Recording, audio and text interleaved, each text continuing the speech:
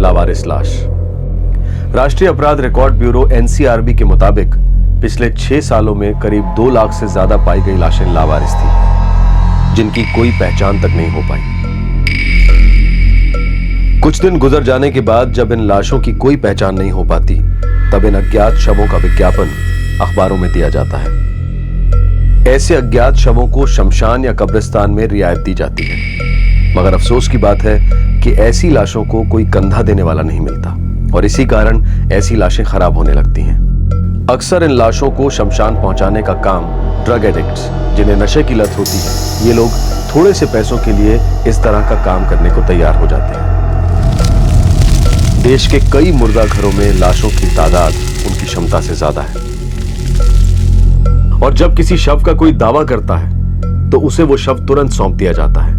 कई दफा कई जरूरी कार्रवाइयां भी नजरअंदाज कर दी जाती हैं, जिनका वैसे पालन किया जाना जरूरी होता है।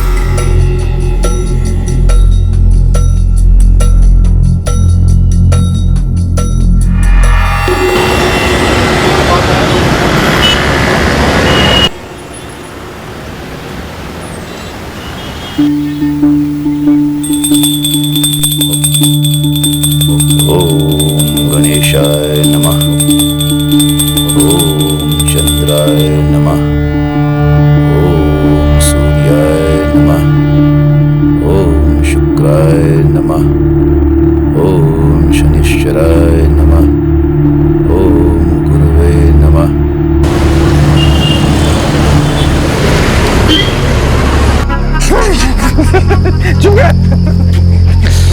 और पी ली यार, कल नहीं पियेंगे। नहीं, कल नहीं पियेंगे। कितने बज गए? मैं यहीं से बस लेता हूँ, ठीक है? मैं तो यहीं से बस लेऊंगा। सुबह होने वाली है भाई, 5 बजे 5। हाँ तो फिर बस आती होगी। मैं यहीं से तो बैठ गया। तो हम चलते हैं। हाँ हाँ, हम तो पैदल ही पहुंच जाएंगे। चल चल चल। कल सुबह कितने बजे मिलना साइड पे? अरे 10 बजे।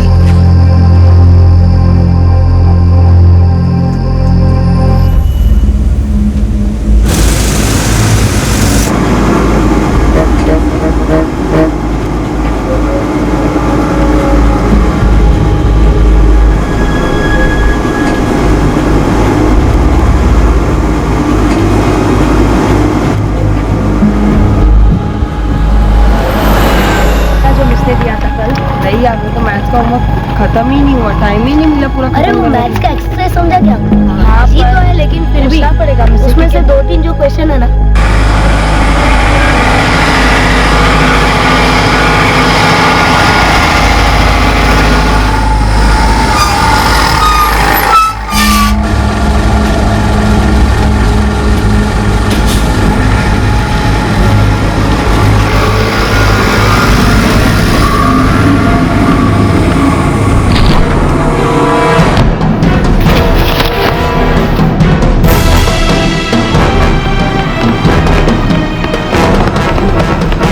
हॉस्पिटल पहुंचाना चाहिए, नहीं तो कुछ भी हो सकता है। लेकिन ले कैसे जाओ हॉस्पिटल?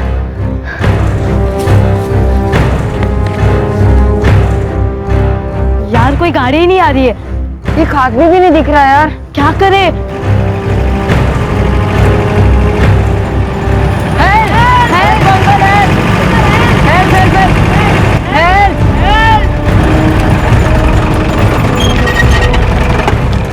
अंकल अंकल, वो देखो उनका एक्सीडेंट हुआ है अंकल। बस ने टक्कर मारी, उन्होंने काफी चोट आ गई है अंकल। अंकल प्लीज आप मदद कर दीजिए ना इनको हॉस्पिटल पहुंचाने में, please uncle, please please uncle. संभाल कर, हाँ, आराम से।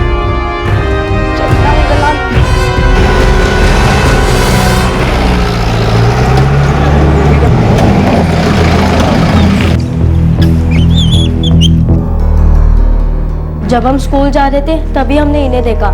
जिस बस से वे उतरे उसी बस ने उन्हें ठोकर मार दी और फिर वो नीचे गिर गए। वे लड़खड़ा रहे थे, ऐसा लगा जैसे वो नशे में हो। हमने इन अंकल को रोका और इनके साथ हम इन्हें यहाँ ले आए। बेटा आप लोगों ने बहुत अच्छा काम किया। अब हम इनकी देखभाल कर लेंगे और पुलिस को भी बता देंगे। आप लोग वापस स्कूल जाओ। जी।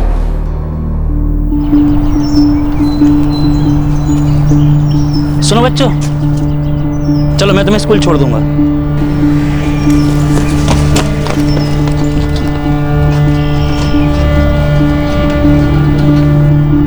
कोई बात नहीं बेटा, तुम पीछे बैठ जाओ।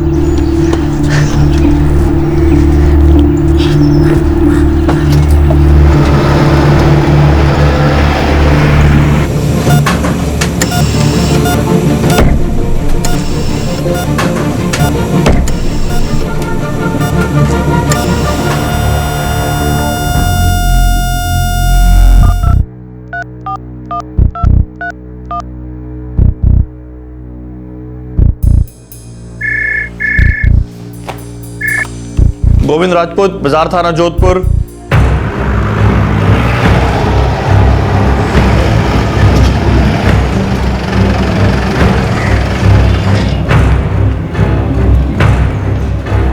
कोई ऐसी चीज जिससे पता चल सके कौन है? मेरा मतलब कोई आइडेंटिफिकेशन? नहीं, कुछ भी नहीं, ना कोई पर्स ना कोई मोबाइल। हाँ, ये 10-10 के कुछ नोट मिले। स्कूल के 3 बच्चों ने देखा, जिस बस से ये उतरा था उसी बस ने इसको टक्कर मारी। वो बच्चे ही बेहोशी की हालत में इसे यहां लेकर आए। जब लाए थे तब ये जिंदा था, लेकिन हम इसे बचा नहीं पाए।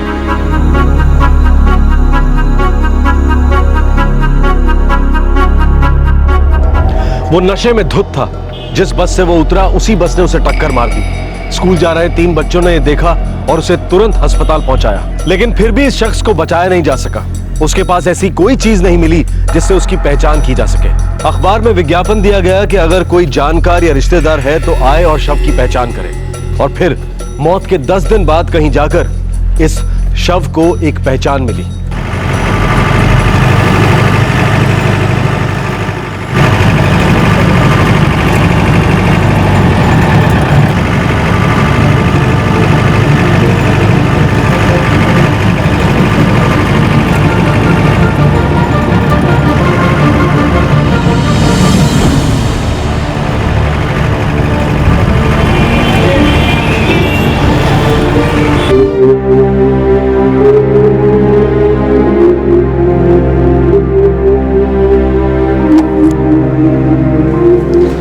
सामने बुलाया है।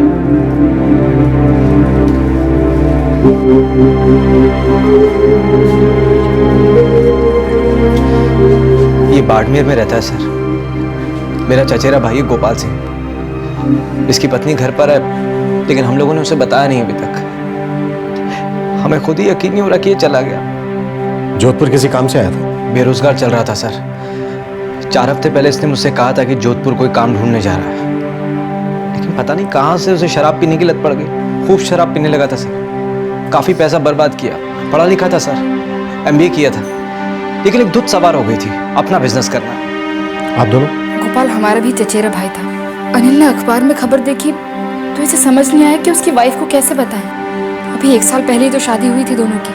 हम लोग अभी तक गोपाल की माँ तक को बताने की हिम्मत नहीं जुटा पा रहे हैं। अकेली हैं बेचारी। गोपाल के पिताजी तो रहे नहीं, गांव में भी किसी को कुछ नहीं बताया।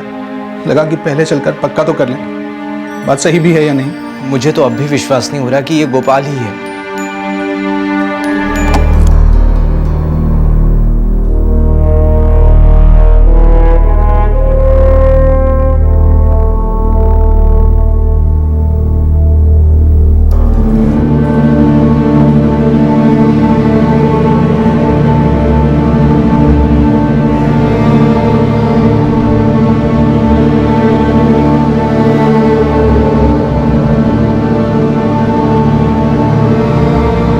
आप लोगों को बॉडी सौंपने से पहले हमें कुछ कागजी कार्रवाई करनी है।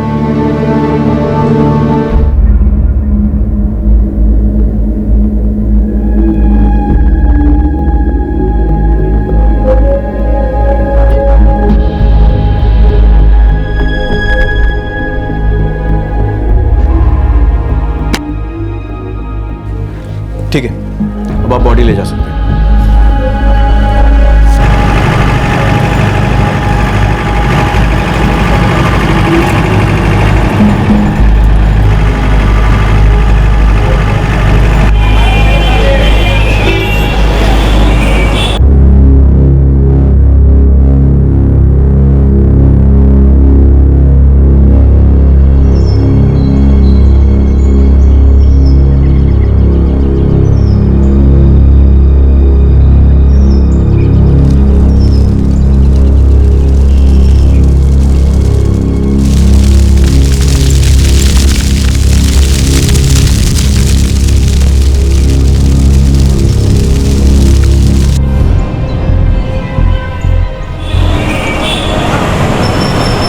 सर पंचनामा और पोस्टमार्टम रिपोर्ट चाहिए डेथ सर्टिफिकेट बनाने के लिए। वो गोपाल की माँ और उसकी वाइफ को ज़रूरत पड़ेगी, वरना कहीं बेनिफिट्स मिलेंगे नहीं। ठीक है, थोड़ी देर लगेगी, आप तब तक इंतजार कीजिए।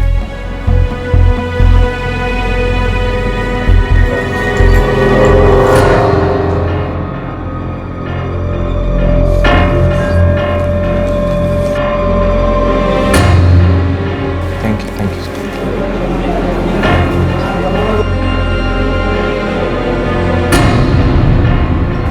13 अगस्त को अंतिम संस्कार किया था सर। देखता हूँ।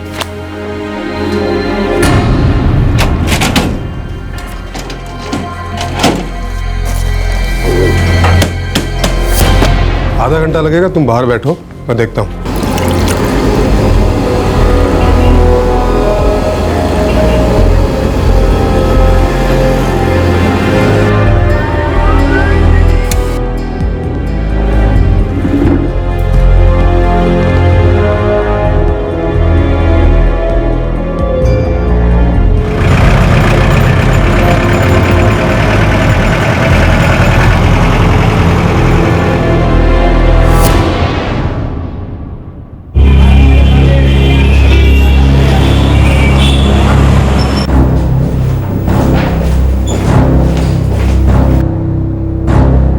सर, दीपक प्रसाद का मोबाइल दोबारा चालू हो गया है। उसमें कोई नया सिम डाला गया सर। कौन यूज कर रहा है ये फोन? जोधपुर मार्केट एरिया में कोई कपिल शर्मा है सर। उसी शहर का दूसरा थाना एक गुमशुदा शख्स की तलाश में था और करीब 4 महीने बाद उस गुमशुदा का फोन फिर से शुरू हुआ, किसी और के नाम के किसी दूसरे सिम कार्ड के साथ। इस गुमशुदा आदमी का उस नशे में चूर आदमी से क्या ताल्लुक था जिसकी बस से टक्कर में मौत हुई थी? इन दोनों का आखिर नाता क्या था?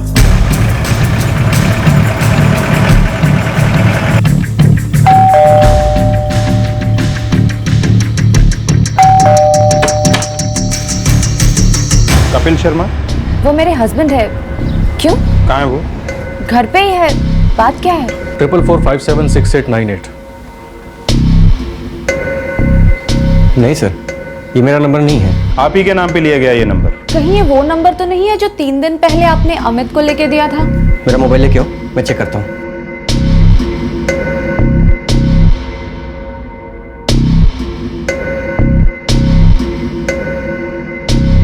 ट्रिपल 45768898 यही नंबर है सर?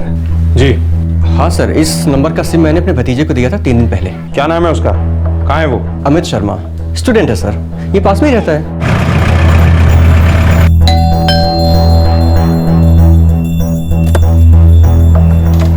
अरे कपिल, आओ।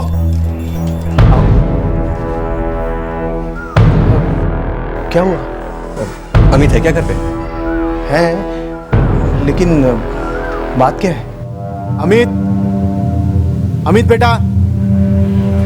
आया पापा।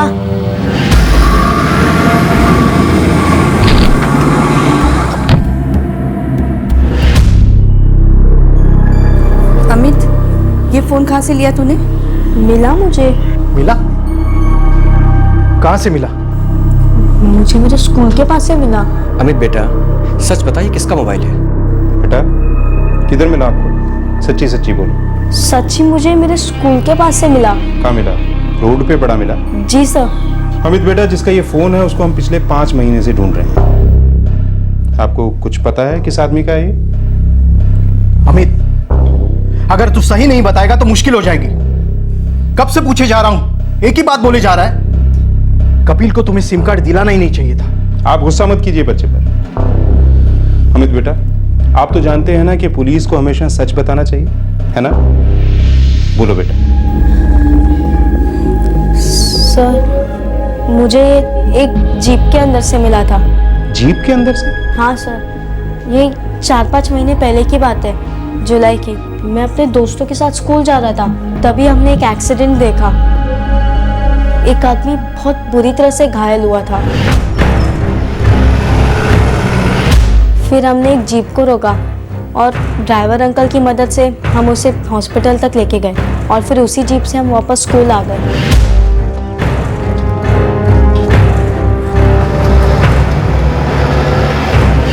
जब मैं जीप में पीछे बैठा था तभी ये मोबाइल मुझे वहाँ पड़ा मिला। मजा तो आगे बैठने में ही आता है यार। सच में यार विवेक, अगर चलाने को मिल जाए ना तो और भी मजा आ जाए, ताकि एक और एक्सीडेंट हो जाए। पीछे बैठने का जो मजा है उसका पता नहीं है तुम लोगों को।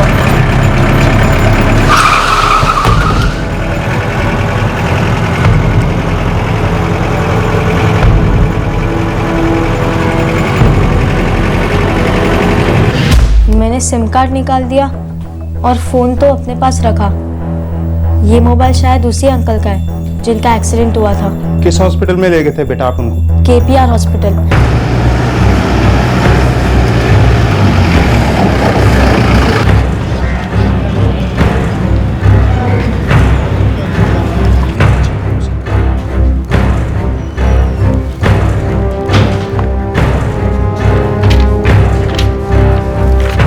ये देखिए, वो आदमी बचा नहीं। हमने उसका पोस्टमार्टम किया था और उसके पास से कोई भी पहचान की चीज नहीं मिली। फिर हमने बाजार थाना पुलिस स्टेशन में खबर की थी। फिर बाद में पता चला कि वो बॉडी किसी ने क्लेम कर ली थी।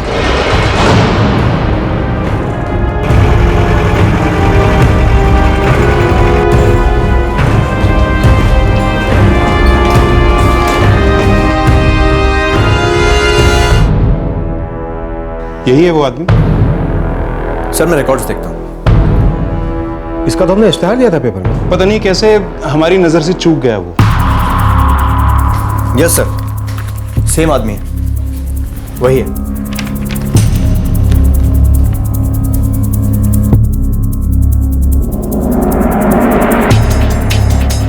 बाड़मेर के किसी अनिल राठौर ने बॉडी क्लेम की। खुद को इसका कजिन बताया और मरने वाले का नाम गोपाल सिंह बताया था। लेकिन ये तो दीपक प्रसाद है, एक पुजारी का बेटा।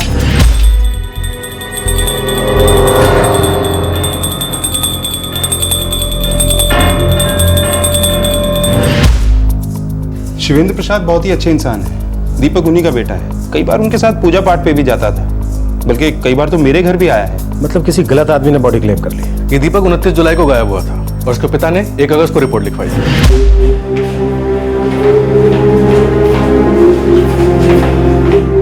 क्या बताऊं अशोक जी, दीपक की ना ही पूजा पाठ में कोई दिलचस्पी है और ना ही वो खुद अपने मन का काम कोई ढंग से करता है, ऊपर से पीने की आदत। आप चिंता मत कीजिए पंडित जी, हम खोज लेंगे उसको। सर 2 दिन हो गए भैया को गए हुए, वो ऐसा कभी नहीं करते। अब फिक्र हो रही है सर। आप लोगों को कोई आइडिया है कि वो पीने के लिए कहाँ जाता है, किसके साथ जाता है? सर कहाँ तो पता नहीं, पर हाँ उनके 2 दोस्त हैं, ज्यादातर उन्हीं के साथ पीने बैठते हैं, किशन और नमन। सर दोनों उन्हीं के साथ कंस्ट्रक्शन साइट पे काम करते हैं।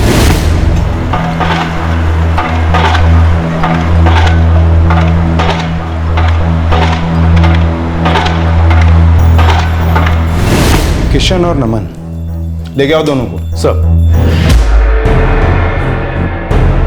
किशन और नमन ने बताया जब दीपक गायब हुआ उसके पिछली रात वो दोनों दीपक के साथ ही थे।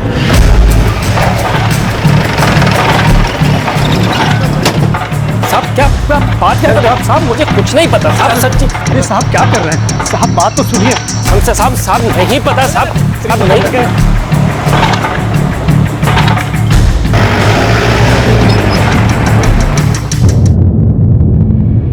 साहब हम तीनों जोधपुर से थोड़ा दूर आ गए थे। सुबह 4 साढ़े 4 बजे तक तो हम लोग पीते ही रहे साहब। फिर अपने अपने घर निकल गए।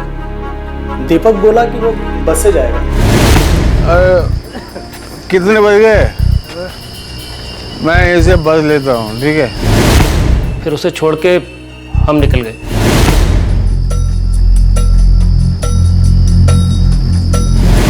उसके बाद क्या हुआ हम लोगों को कुछ नहीं पता साहब। लास्ट टाइम वही देखा था, जब वो काम पर नहीं आया तो हम लोगों ने पूछताछ की उसकी।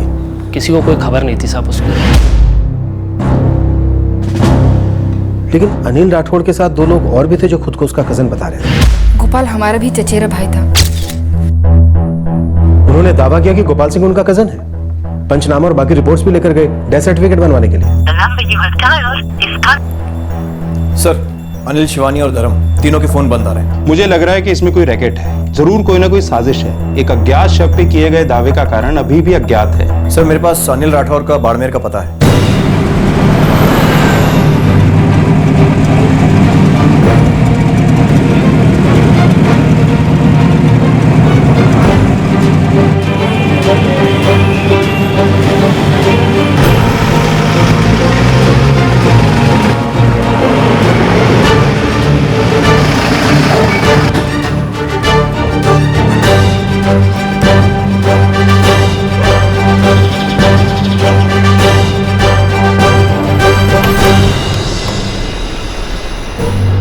फोन नंबर गलत दिया, हो सकता है एड्रेस भी गलत दिया हो।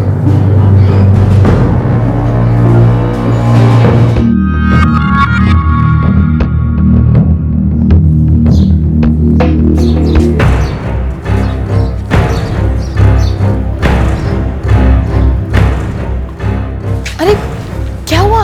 हम यहाँ नहीं जा सकते। क्यों? हमें यहाँ से निकलना होगा, जल्दी चलो यहाँ से, चलो।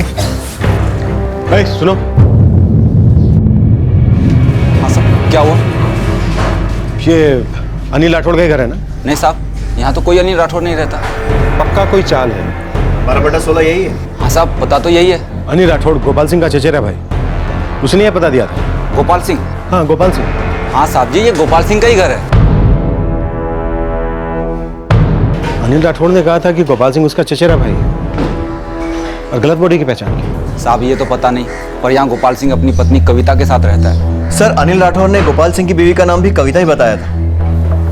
लगता है कोई साजिश है, कोई ना कोई राज जरूर है इस सब के पीछे। सर, कहीं ऐसा तो नहीं गोपाल सिंह जो यहाँ रहता है वो अनिल राठौर बन के आया और गोपाल सिंह के नाम से लाश की पहचान करके ले गया ताकि खुद को मरावा साबित कर सके? दरवाजा तोड़ के अंदर छानबीन करते हैं।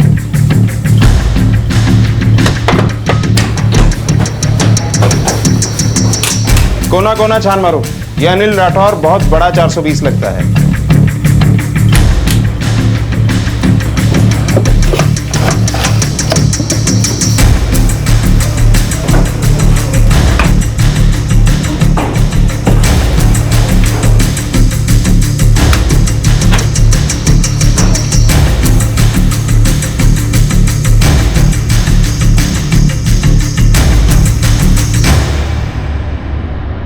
साहब ये गोपाल और उसकी पत्नी कविता है। अच्छा खेल खेला इस आदमी ने। लेकिन पकड़ में क्यों नहीं आया? कागजी कार्रवाई के दौरान भी आप लोगों को कोई शक नहीं हुआ? सर, उसने जो भी पैन कार्ड, ड्राइविंग लाइसेंस वगैरह दिए थे सब ठीक ठाक लगे।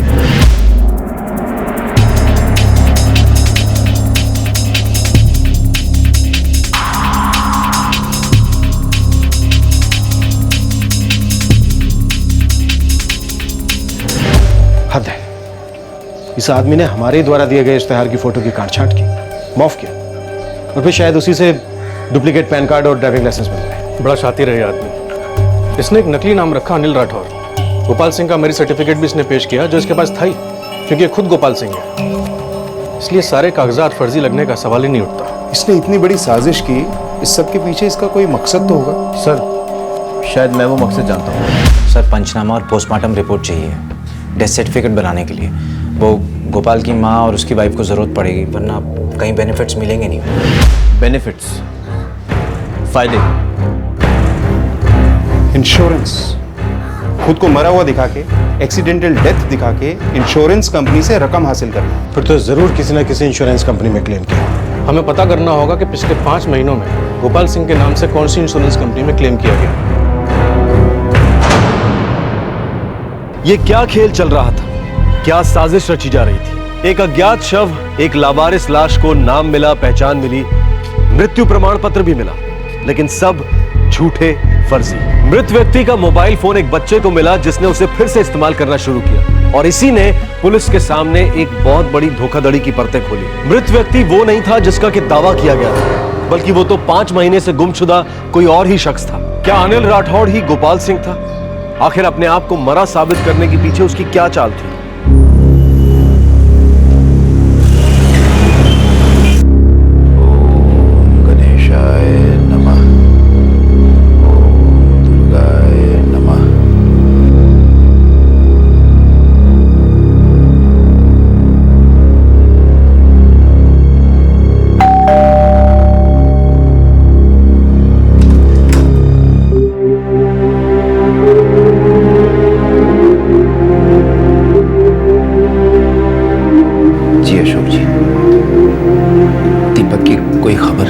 पंडित जी, खबर है। पंडित जी, दीपक अब नहीं रहा।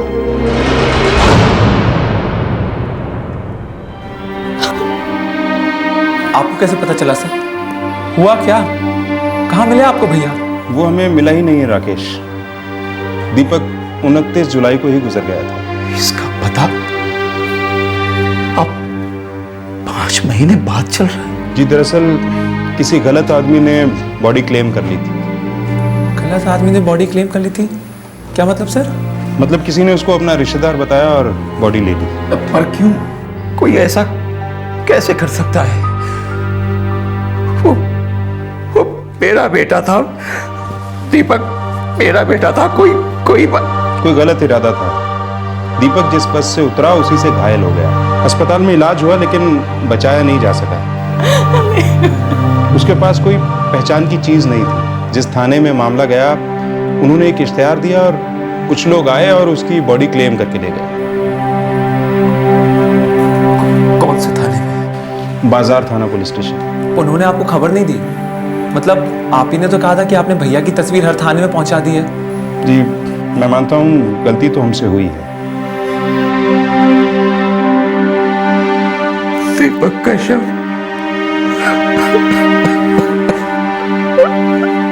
अब तक तो उसका अंतिम संस्कार भी कर दिया गया होगा। जैसा मैंने आपको कहा कि कोई गलत इरादा था, लेकिन बाजार थाना पुलिस इस मामले की जांच में लगा है।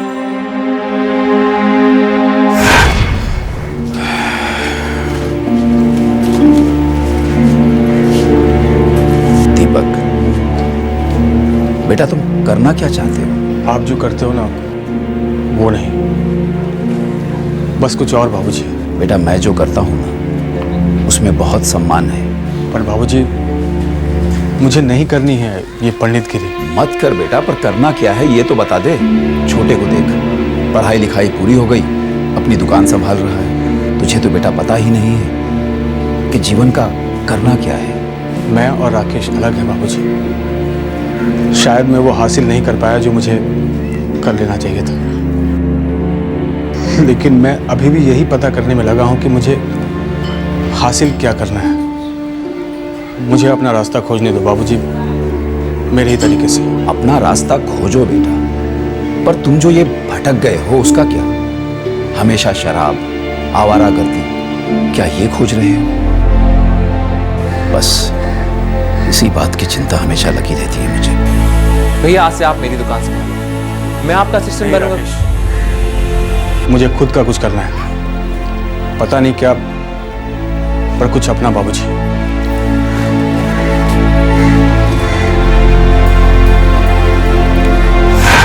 बहुत तकलीफ में था वो, बहुत मुश्किल से गुजर रहा था।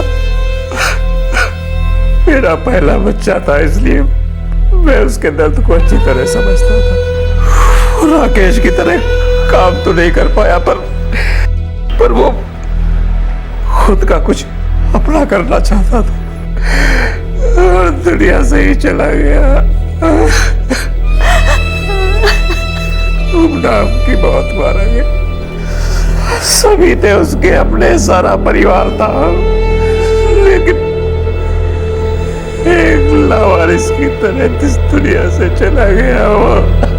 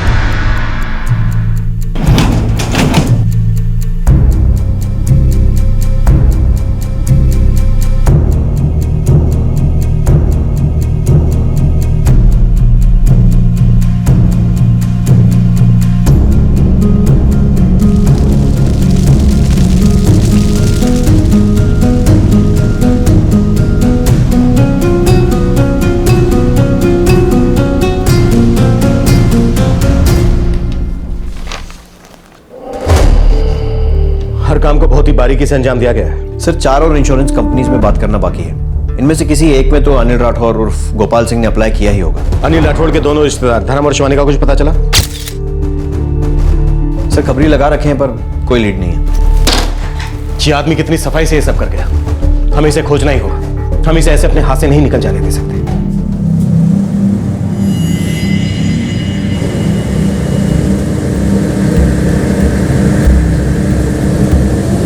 अब कहाँ जाएंगे हम? पता नहीं, लेकिन कहीं ना कहीं तो जाना ही पड़ेगा। पैसे कब मिलने वाले हैं? उसका भी अभी तक कुछ नहीं पता।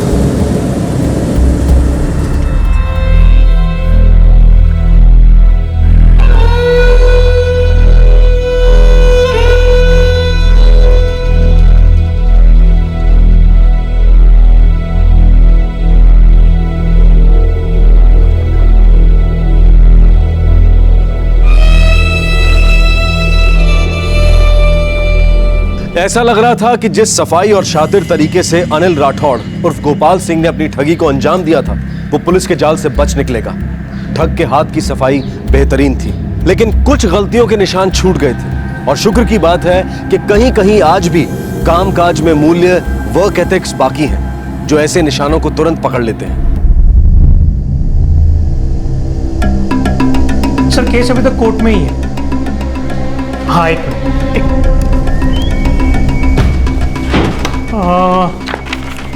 गोपाल सिंह उम्र 25 साल, बाड़मेर निवासी और बेनिफिशियरी है उसकी मां सर रूपमती। केस कहां तक पहुंचा है अभी? अब तक 2 सुनवाई हुई है सर। अर्जी आई थी अगस्त 2011 के आखिर में। एक्सीडेंट केस था सर, और मेडिकल जांच के मुताबिक वो आदमी नशे में भी था। सर एक्सीडेंट केस में डिस्प्यूट होता ही है अक्सर, इसलिए हमने मुकदमा भी किया। गोपाल सिंह का 60 लाख का इंश्योरेंस है सर। मौत भले ही दुर्घटना में हुई हो, लेकिन वो आदमी नशे में भी था। हम एक बार केस की फाइल देखना चाहेंगे। श्योर सर, मैं फाइल लेके पहुंचता हूँ।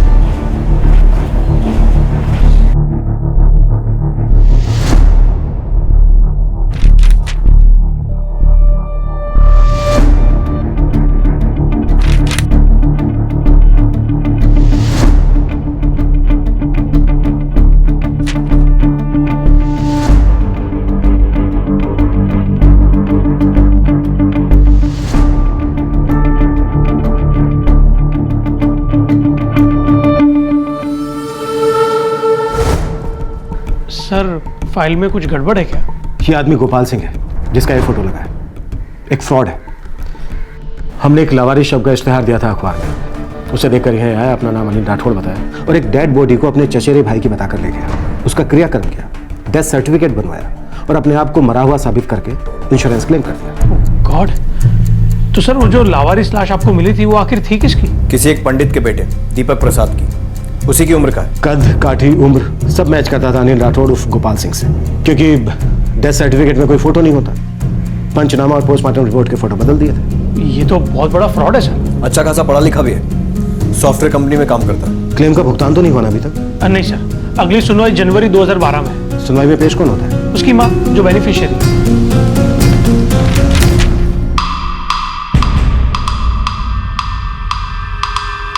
वाडमेर का वही एड्रेस दिया जो अनिल राठौड़ ने दिया था। जाहिर है सर, उसी पते का इस्तेमाल करेगा ताकि अदालत का नोटिस भी वहीं पहुंच सके। माँ, बेटा, बीवी सब शामिल। वीरेन सर, उस कंपनी में भी पता करो जहां वो काम करता था। सर रूपमती के जो लॉयर है उसे मैं जानता हूँ। कौन है वो? चंद्रेश अग्रवाल।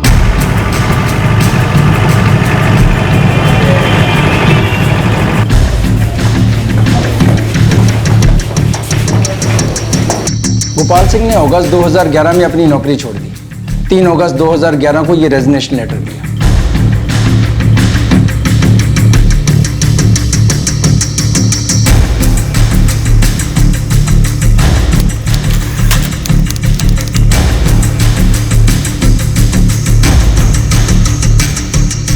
जी, रूपमती जी मेरी क्लाइंट है और मैं उनका इंश्योरेंस का केस देख रहा हूँ। हमेशा अकेली आती हैं? जी, सितंबर और अक्टूबर में सुनवाई थी।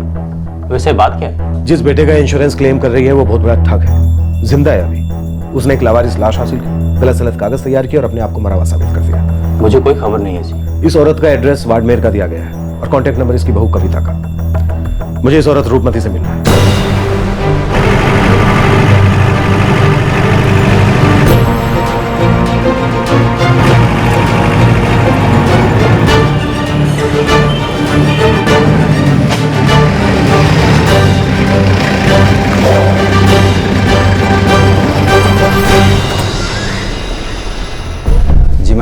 सिंह की माँ को कई बार यहाँ देखा है। मतलब यहाँ नहीं रहती हूँ, मालूम है कहाँ रहती हैं? विधवा है वो, भाई के साथ राजनगर गांव में रहती हैं। लेकिन आप जो ये फोटो दिखा रहे हैं ये उनका नहीं है।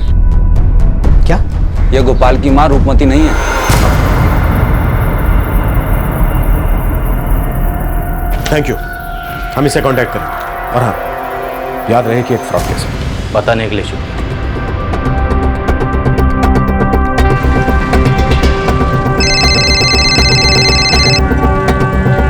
वीरेंद्र, रूपमती के वकील से उसका नंबर मिल गया है। सर, ये जो औरत है रूपमती, ये तो नकली निकली, वो तो कोई और ही है। क्या बोल रहे हो? हाँ सर, मैंने ये गोपाल सिंह के पड़ोसी से पता किया है। उसका कहना है कि गोपाल सिंह की माँ अपने भाई के साथ राजनगर गांव में रहती है। कितना बड़ा शातिर बदमाश है। लेकिन सबसे पहले इसकी इस नकली पाखंडी माँ को देखते हैं जरा।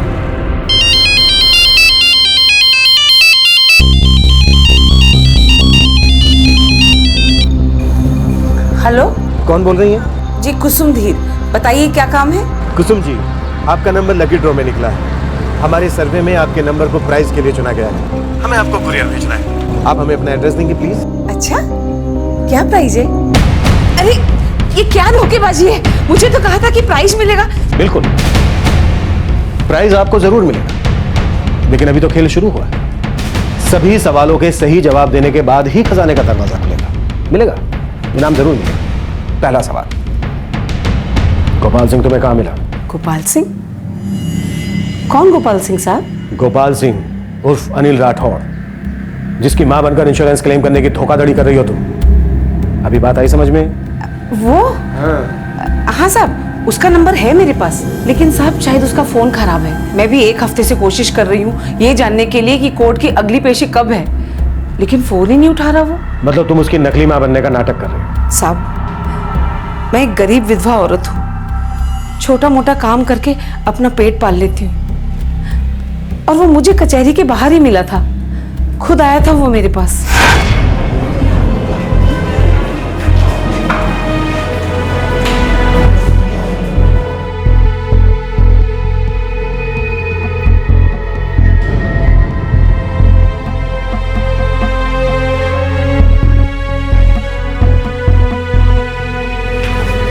कुसुम जी, जी एक बीमा का केस है। तो मुझसे क्या चाहते हैं आप? मैं चाहता हूं कि आप कोर्ट में मेरी मां बन के पेशी दे दें। ठीक है, लेकिन हर पेशी के 2000 रुपए लगेंगे। हाँ ठीक है, आइए मैं आपको समझा दूं कि मामला क्या है। आइए। साहब, वो मुझे पैसे दे रहा था और मुझे पैसे की जरूरत थी, इसीलिए उसने जो कहा मैं मान गई। और तुम भी इस 420 का हिस्सा बन गई। साहब, इसमें मेरी क्या गलती है? मैं तो सिर्फ माँ ही बनी थी ना, कुछ किया तो नहीं ना।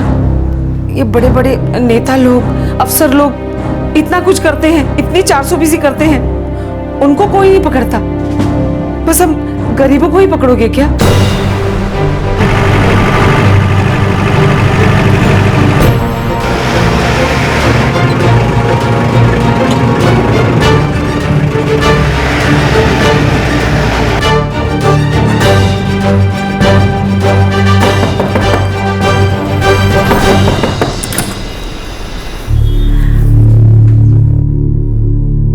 जी, आपको किससे मिलना है? रूपमती जी। जी मैं ही हूँ।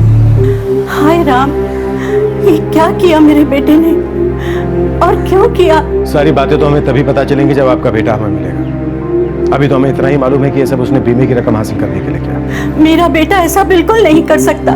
रूपमती जी, आप हमें बस इतना बता दीजिए कि आपका बेटा कहाँ छिपा हो सकता है, और उसके चचेरे भाई बहन धर्म और शिवानी हमें कहाँ मिलेंगे? धर्म और शिवानी तो जोधपुर में रहते हैं, और गोपाल के बारे में उन दोनों को ही पता होगा। जोधपुर में कहाँ?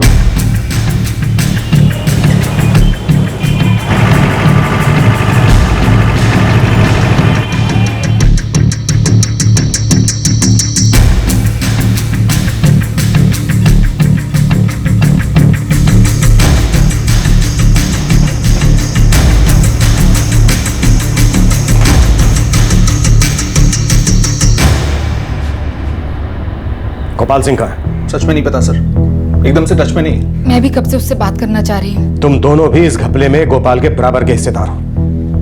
लेके जाओ इन्हें और अच्छे से खातिरदारी करो इनकी। नहीं सर, सर मुझे नहीं पता था उसका फ्रॉड का प्लान है। सर मुझे भी नहीं पता था सर। सर अगस्त के पहले हफ्ते में उसका फोन आया था मेरे पास, बोला उसके पास कोई प्लान है पैसा कमाने का। सर गोपाल हमेशा से अपना खुद का बिजनेस स्टार्ट करना चाहता था, उसके लिए उसे पैसों की जरूरत थी। उसने मुझसे कहा कि मैं उसके साथ थाने चलूं और जैसा वो बोले वैसा करूं। उसकी हाँ में हाँ मिलाता रहूं सर। वो कहता कुएं में कूद जाते। दूध पीते बच्चे हो तुम। हमें ये तो पता था कि वो कुछ प्लान कर रहा था, पर एग्जैक्टली पता नहीं था क्या। बस उसने हमें कुछ पैसे देने का वादा किया था सर। ये तो झूठ है, फ्रॉड है यार। बॉडी को 1 हफ्ता हो गया, अभी तक किसी ने क्लेम नहीं किया और मुझे नहीं लगता कि अब कोई करेगा भी। लेकिन फिर भी गोपाल, अगर मैं तुझे 3 लाख रुपए दे दूं तब तो तेरा एक किंतु परंतु लेकिन बट बंद हो जाएगा ना। तुम बॉडी लेकर करोगे क्या गोपाल? मैं ये कह के बॉडी लूंगा कि ये बॉडी मेरे कजन गोपाल सिंह की है। क्या? अरे समझने की कोशिश करो। मैं अपने आप को मरा हुआ दिखा के बीमा के 60 लाख रुपए ले लूंगा। ये एक एक्सीडेंटल डेथ है ना। ये देखो, इसकी उम्र 25 साल है, मेरी उम्र भी 25 साल। तुम विटनेस बनके मेरे साथ चलो, बॉडी हासिल करने में आसानी होगी। फिर अंतिम संस्कार इंश्योरेंस के पैसे क्लेम करूंगा, जो पैसा आएगा उसमें से 3 लाख रुपए तुम्हारे। देखो धर्म तो राजी हो गया है, तुम बोलो। अगर फंस गए तो? अरे फंसने का कोई चांस ही नहीं है। बॉडी को 1 हफ्ता हो गया, अभी तक कोई क्लेम करने नहीं आया है। मुझे लगता है बॉडी लावारिस है। बहुत आसान काम है। कविता इंश्योरेंस क्लेम करेगी? माँ करेंगे। एक्चुअली माँ ही बेनिफिशियरी है। मैंने शादी से पहले इंश्योरेंस लिया था। तुम्हारी माँ को मालूम है इस बारे में? अरे उनके लिए सब चीजें बहुत कॉम्प्लिकेटेड है, उनके पल्ले नहीं पड़ने वाला। हाँ लेकिन चेक माँ के नाम पे बनेगा। जब चेक आएगा तो कह दूंगा बीमा का बोनस आया है, ये कह के पैसे ले लूंगा। सर हमने बिल्कुल नहीं सोचा था हम ऐसा कुछ कर बैठेंगे। तुम दोनों मुसीबत में तो पड़ ही चुके हो। अब जल्दी से बता दो ये गोपाल सिंह का है, ताकि मुसीबत और ना पड़े। और उसकी वाइफ कविता, उसका क्या? कविता एक विधवा थी अजमेर की। एक बार गोपाल सिंह अजमेर गया था, उसको वहीं मिली थी, फिर दोनों ने शादी कर दी।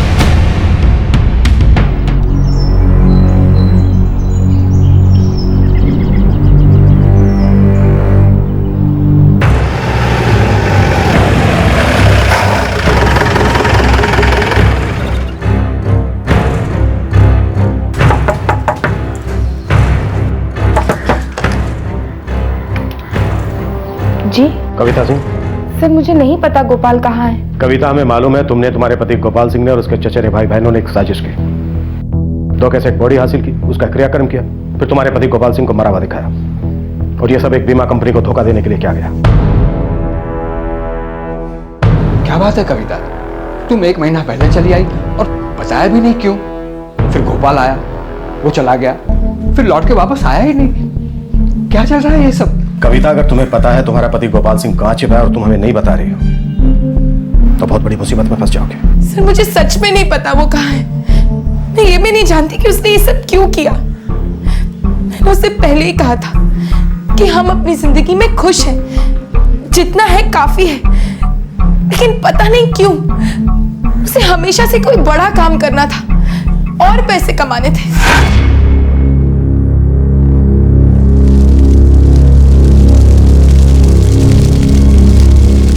मैंने उससे कहा था धोखेबाजी से हमें कुछ नहीं मिलने वाला, लेकिन उसने मेरी बिल्कुल नहीं सुनी। कविता मैं आखिरी बार पूछ रहा हूँ, कहाँ है गोपाल सिंह?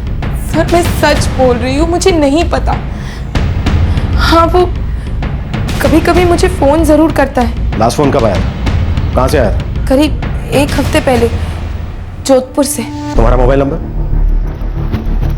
इस औरत को अगर गिरफ्तार किया तो गोपाल कभी हमारी पकड़ में नहीं आएगा।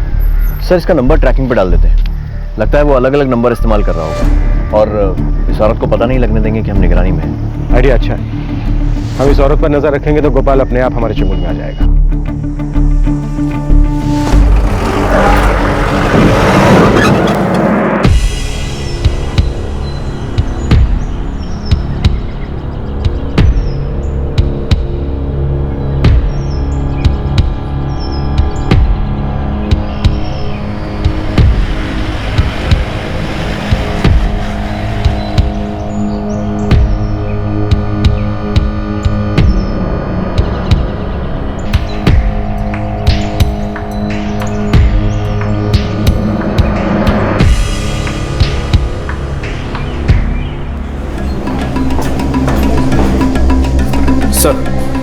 नंबर की ट्रैकिंग से पता लगता है कि ज़्यादातर कॉल्स अजमेर के लैंडलाइन नंबर से ही किए गए। इस बीच वो कभी अपनी बीवी से मिलने आया? नहीं सर, और ना ही वो उससे मिलने गई।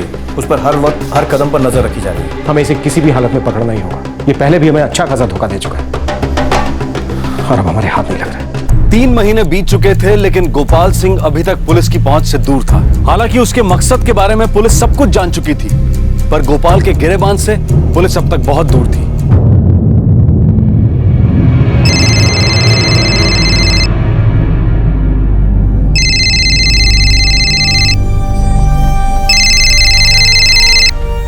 हेलो कविता, मैं गोपाल बोल रहा हूँ। गोपाल, कहाँ हो तुम? घर आ जाओ। अजमेर में हूँ मैं। जानता हूँ पुलिस घात लगाए बैठी है, पर क्या करूँ, कैसे आऊँ? तो गोपाल कब तक भागते फिरोगे? पता नहीं कविता।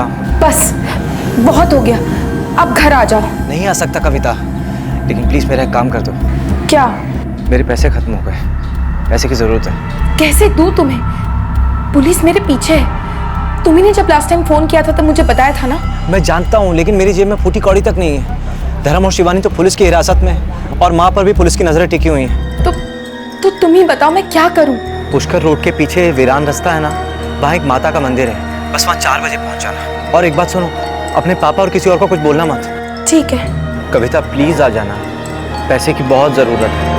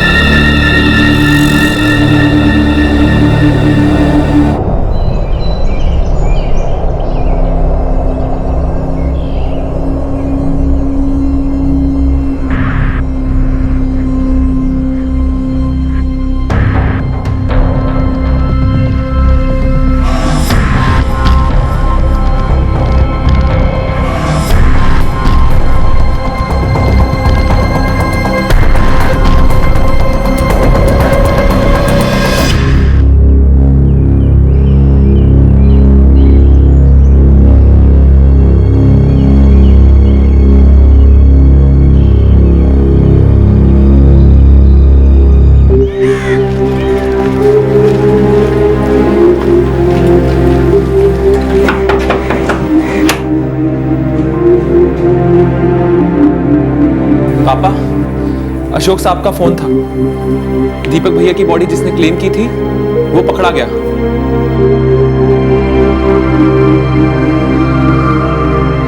उसे इंश्योरेंस की रकम का एक पैसा नहीं मिला जिसके लिए उसने ये सब किया था।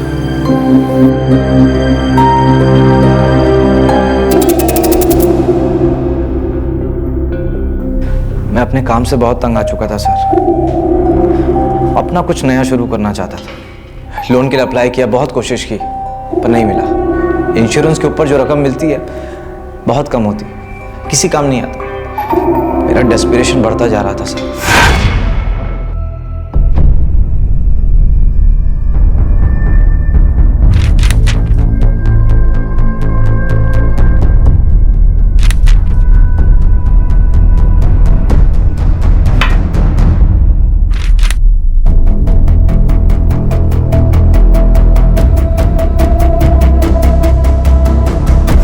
हमेशा सोचता रहा इतने सारे लोग फ्रॉड करके आसानी से बच के निकल जाते, पकड़े नहीं जाते। शायद तूने उनके बारे में नहीं सुना जो पकड़े जाते हैं। मुझे लगता है कुछ लोग वो होते हैं जिन्हें बिना ठोकर खाए कुछ समझ में नहीं आता। जब तक खुद का हाथ नहीं जला लेते उन्हें आग की ताकत का अंदाजा नहीं होता। उम्मीद है अब तेरी समझ में आ गया होगा। मैं तो हमेशा यही सोचता रहा कि इस बॉडी को कभी कोई क्लेम नहीं करेगा, तो क्यों ना उसे मैं अपना नाम दे दूं। इंश्योरेंस के लाखों रुपए मुझे मिल जाएंगे। मैं एक नया बिजनेस शुरू कर पाऊंगा, अपनी जिंदगी बना पाऊंगा। एक लाश के ऊपर अपनी जिंदगी बनाने चला था तू। क्या गजब का ख्याल है। पर तूने कभी ये नहीं सुना गोपाल कि गलत राह पर शुरू की जिंदगी बहुत दूर तक नहीं जाती। सच कह रहे हैं आप सर, लेकिन सच तो ये भी है कि मेरे बॉडी को क्लेम करने के बाद अगर उस बॉडी की सही पहचान नहीं होती तो बीमा की रकम मुझे मिल गई होती। पुलिस ने इस मामले में चार्जशीट अक्टूबर 2012 में दायर कर दी थी, लेकिन इस केस में मुकदमा चलना अभी बाकी है। चालबाजी, घपलेबाजी, 420 कभी काम नहीं आती। चाहे कोई कितनी भी मिसालें देते कि लोग इस तरह के फ्रॉड करके कानून की आंखों में धूल झोंकने में कामयाब रहे, लेकिन ज्यादातर ऐसे लोगों का अंत बुरा ही हुआ है। ये कोई ईश्वर का न्याय नहीं, बल्कि एक सीधा साधा सच है। आप मेहनत की कमाई के 10 रुपए भी बड़े गर्व के साथ खर्च करते हैं और उसकी कीमत जानते हैं, जबकि बेईमानी से कमाए 1000 रुपए भी आपके अंदर वैसा एहसास कभी नहीं जगा सकते। सब लोग नहीं तो कम से कम आम साधारण नागरिक ईमानदारी के 10 रुपए में वही खुशी पाता है, चाहे वो उसकी जरूरतों के लिए पूरा भी ना पड़ता हो। लावारिस अनजान शवों की जो दुर्दशा है, क्या उसका दोष हमारी विशाल आबादी का है, या इसका कारण यह है कि हमारे यहाँ गुमशुदाओं की कंप्लेंट्स की निगरानी और रिकॉर्ड्स के रखरखाव की अच्छी व्यवस्था की कमी है, या मामलों को अंजाम तक पहुंचाने की इच्छा की कमी है, या फिर बेसिक सुविधाओं की ही कमी है जो इंसान की मौत को एक इज्जत, एक डिग्निटी दे सके। कुछ लोग बहस करेंगे कि हमारे पास जिंदा इंसान की इज्जत के लिए ढंग की व्यवस्था नहीं है, तो फिर मरे हुए इंसानों का क्या सोचना। ये दलील सरासर खोखली है। हमारे देश की जनसंख्या हमेशा ही अपने वक्त से ज्यादा रही है, लेकिन क्या हमारी योजनाएं आने वाले समय का सामना करने के लिए तैयार की गई हैं, या जिस समय में हम जी रहे हैं उसको मद्देनजर रखते हुए तैयार की गई हैं? चाहे बुनियादी ढांचे की बात हो या फिर सुविधाओं की, हम हमेशा वक्त से पीछे ही रहे हैं। यही सच है, और हमारी कमियों को पूरा करने के लिए हमारे पास बहुत सारे बहाने हैं, शिकायतें हैं, बेकार, अयोग्य और लचर प्रशासनिक रवैये के बारे में हमें सोचने की जरूरत है। जो लावारिस है उसकी परवाह की जरूरत है, क्योंकि उसका गलत इस्तेमाल हो सकता है। हमें इस बात का भी ख्याल रखना है कि देश के लिए हमारी जिम्मेदारी भी कहीं लावारिस ही न पड़ी रह जाए। आपसे फिर मुलाकात होगी क्राइम पेट्रोल दस्तक में एक और नए केस के साथ। तब तक अपना ख्याल रखें, सुरक्षित रहें, और याद रखें, समाज, प्रशासन उससे सिर्फ शिकायतें ही नहीं, उसके प्रति हमारी कुछ जिम्मेदारियां भी हैं, उन्हें भी पूरा करें। इस तरह के और भी एपिसोड देखने के लिए हमारे चैनल को सब्सक्राइब करें और बेल आइकन दबाना ना भूलें।